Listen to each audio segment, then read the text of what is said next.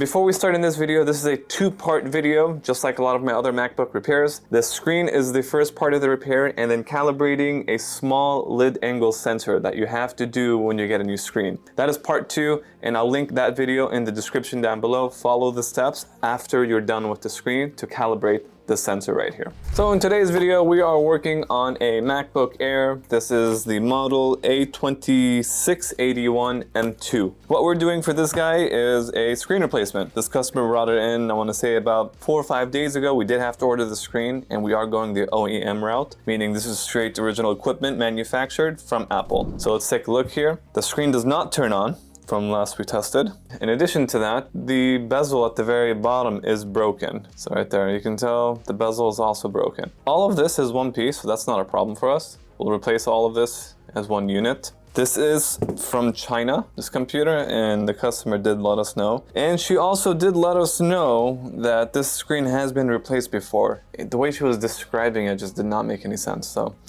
let's get started. Since there's no charge, we should be good to go. First thing is first is we're going to be removing the P5 bit screws right here.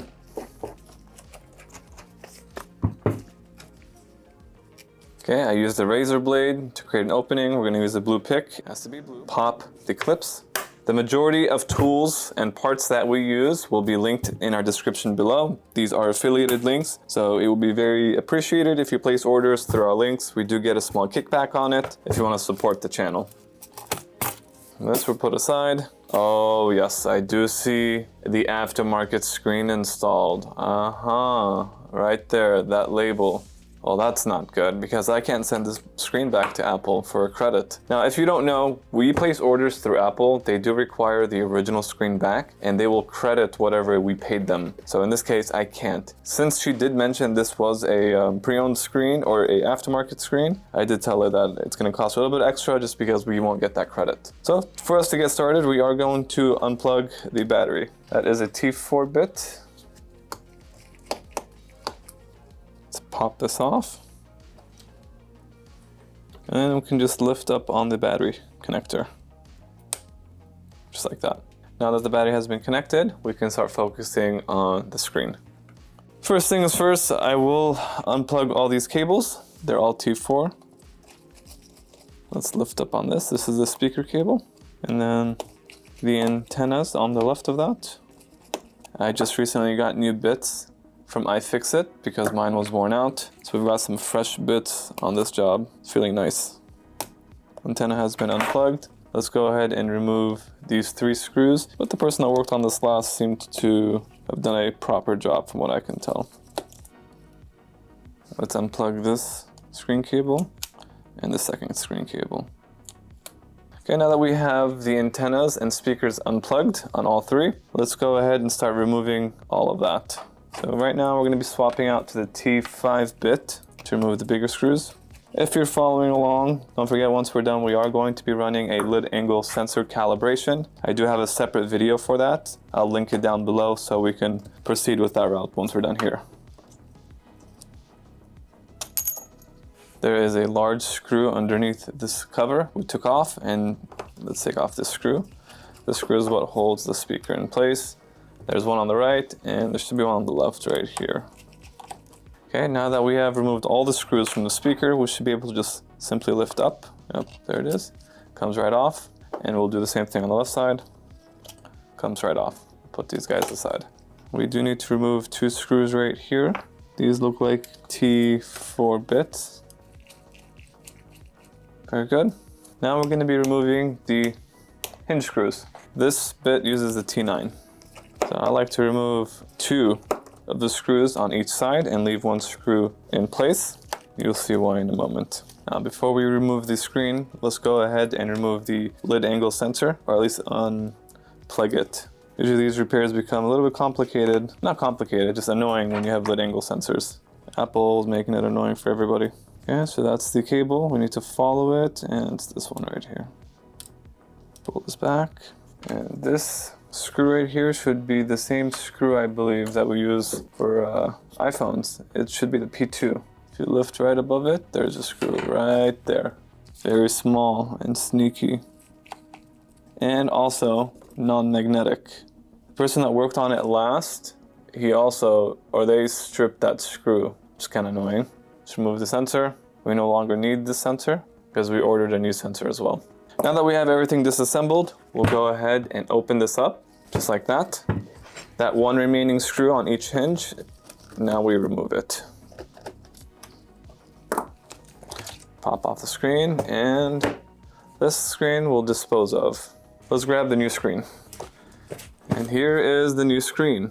Where's my razor blade? So we got a midnight sensor, a lid angle sensor and a midnight screen. Sensor, we'll put that aside. This is the new screen. Once we break the seal, we cannot return it to Apple. So we are done. The screen is ours.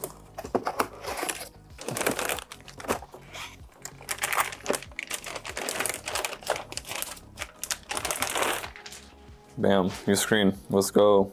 So if you're following along here, these screens are straight from Apple. If you don't have a reseller account or a business account, you probably can't buy this very screen from Apple. So I can't link this in the video. I will link some aftermarket screens in the video right here in the description. There'll probably be an Amazon screen. They will still work, but you would still have to figure out how to calibrate the original lid angle sensor. I'll also link that video for the calibration of this lid angle sensor. So if you couldn't get one from Apple, you can still do an aftermarket one. So here is the original screen from Apple. Well, we're gonna go ahead and install this, just like so. Okay, both hinges are in place. Now we can close. Very good. Let's install these remaining screws on the hinge. I believe we have a video on our YouTube channel for the same repair, but we used an Amazon screen for that. So take a look at that video as well if you want to see how an Amazon screen would work. I'll also link that in the description below. Plug in the screen right here. And now let's do that stupid lid angle sensor. God, I hate this sensor.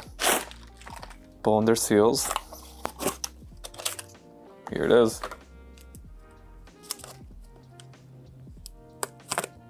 Look how hard they make it for me to open this.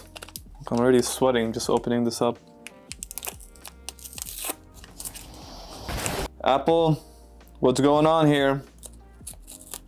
Oh, yeah, our next video is gonna be a tutorial on how to open up one of these static-proof bags. Even the packaging for lid angle sensors are annoying. All right, so here is the lid angle sensor, the new one. We're gonna also calibrate this one again to the computer. Don't forget, that's a very important step. So we're gonna go ahead and insert it on the same location that we found it. See why it's so annoying? Don't move. Don't breathe. Oh man. No matter how many times you magnetize your bit, it just doesn't catch on. Oh, there it is. Good. Oh, got it. And its strip doesn't go all the way in. Okay. I wonder how long that took. All right, that took a long time to get that one screw in. Now we can proceed with the repair and finalizing everything.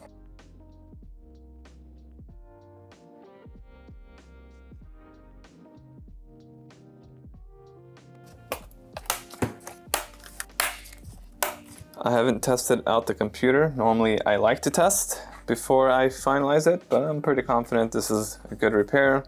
I doubt there's any charge here. Let's turn this on and see. Yep, nothing. All we need to see right now is just the display on the computer, and then we're gonna calibrate it. Oh, perfect. Good to go. We're not done yet, so we do have to do part 2, and part 2 will be calibrating the lid angle sensor, just to give you an idea why. Right now, this computer will not shut off when you have it sealed. So let's go ahead and close it. You see it's still on, and it's still on. It's supposed to go to sleep at this point in time. It doesn't know that the lid is closed, you see? It has no idea. So the sensor needs to be calibrated for it to understand that the lid is closed. That means to you here is sometimes your keyboard may not be working. Sometimes the trackpad may not work. Sometimes you find some very unusual rectangles on the screen. So you definitely need to calibrate this. So we'll see you guys in that link calibration video. Hopefully you guys enjoyed this repair. If you have any questions, do let me know down below. We do accept mail-in repairs. If you decided not to do this yourself, feel free to just reach out to us. Our website and mail-in form is down in the link below. So we'll see you guys on the next one. Peace.